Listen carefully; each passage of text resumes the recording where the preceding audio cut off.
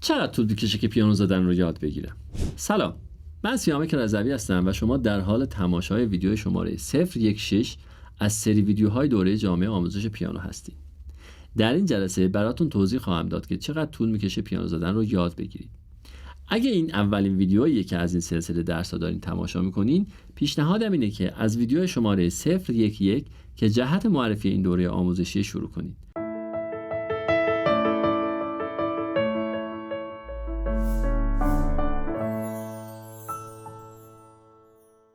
اگه براتون سواله که چقدر طول میکشه تا موسیقی رو خوب یاد بگیرین، این ویدیو رو تا آخر تماشا کنید.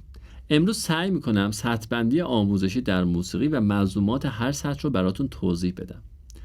همونطور که در سیستم آموزش عمومی سطح بندی آموزشی داریم، در موسیقی و هنر هم باید همینطور باشه. برای مثال وقتی 9 ماه از مدرسه رفتن ما میگذره و یه سری درس‌ها رو یاد میگیریم، مقطع اول ابتدایی رو تموم میکنیم. پس طبیعتاً در یادگیری هنرم باید همچین روندی وجود داشته باشه. یعنی شما در هر بازه زمانی باید دقیقاً بدونین که در چه سطحی از موسیقی قرار دارید یا کلاس چندم موسیقی هستین، چه مطالبی رو یاد گرفتین و چه مطالبی رو باید یاد بگیرید.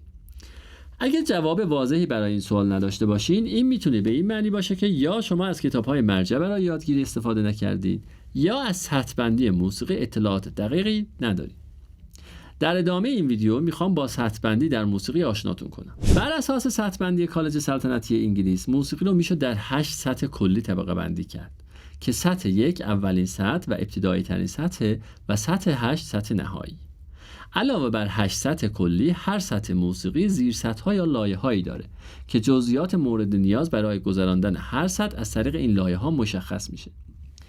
در سطح 1 ما لایه 1 رو داریم که با نام مبانی نامگذاری شده. در این لایه شما مبانی اولیه موسیقی رو یاد میگیرید. این مبانی عبارتند از نام نوت‌ها، موقعیت نوت‌ها، کشش نوت‌ها، میزان نما، انگشت‌گذاری، حالت بدن، فرم دست، کلیدها، سکوت‌ها و مفهوم تمپو. در طول تمرینات متعلق به سطح 1 ما تلاش می‌کنیم که به تمامی این مطالب تسلط پیدا کنیم. همزمان که در حال تمرین و تثبیت لایه 1 هستیم، وارد سطح 2 و لایه 2 میشیم. لایه دوم متعلق به آرتیکولاسیون یا علامت‌های اجراییه که در سطح 2 مفصل براتون توضیح خواهم داد. عناوین این علامت‌ها عبارتند از علائم تمپو، نان لگاتو، لگاتو، استکاتو، تنوتو، علائم نوانس، اکسنت و اکسپرشن‌ها یا علائم بیانی.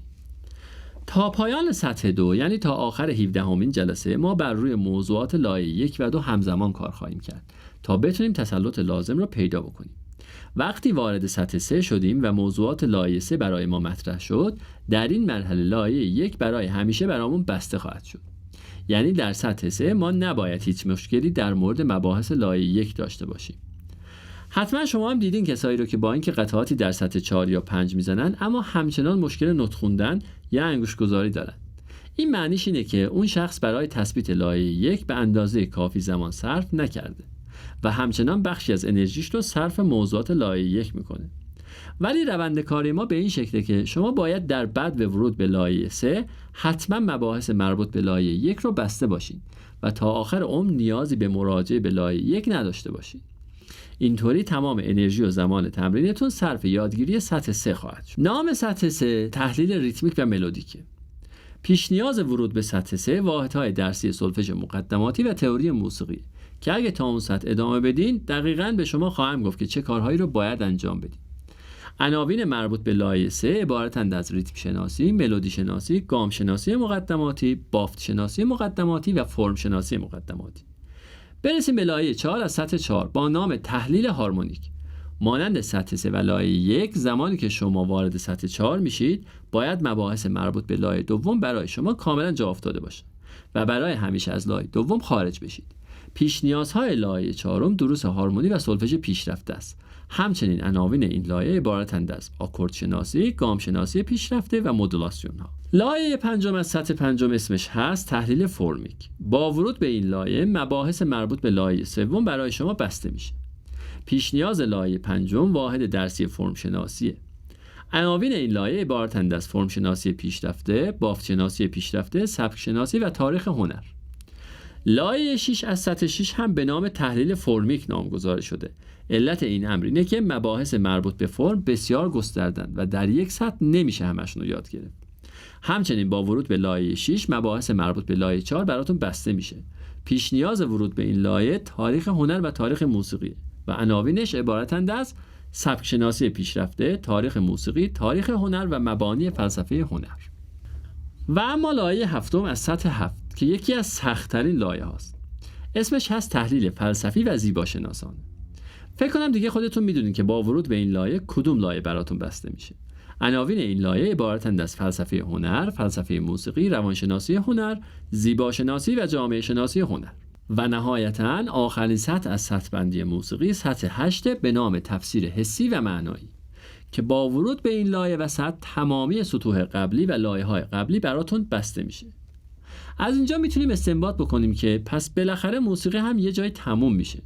اگه بخوایم دقیق تر صحبت کنیم، بله، تمام لایه ها و سطوح تا سطح 7 مباحثی هستن که شما با تسلط بر اونها از اون لایه و سطح خارج میشید.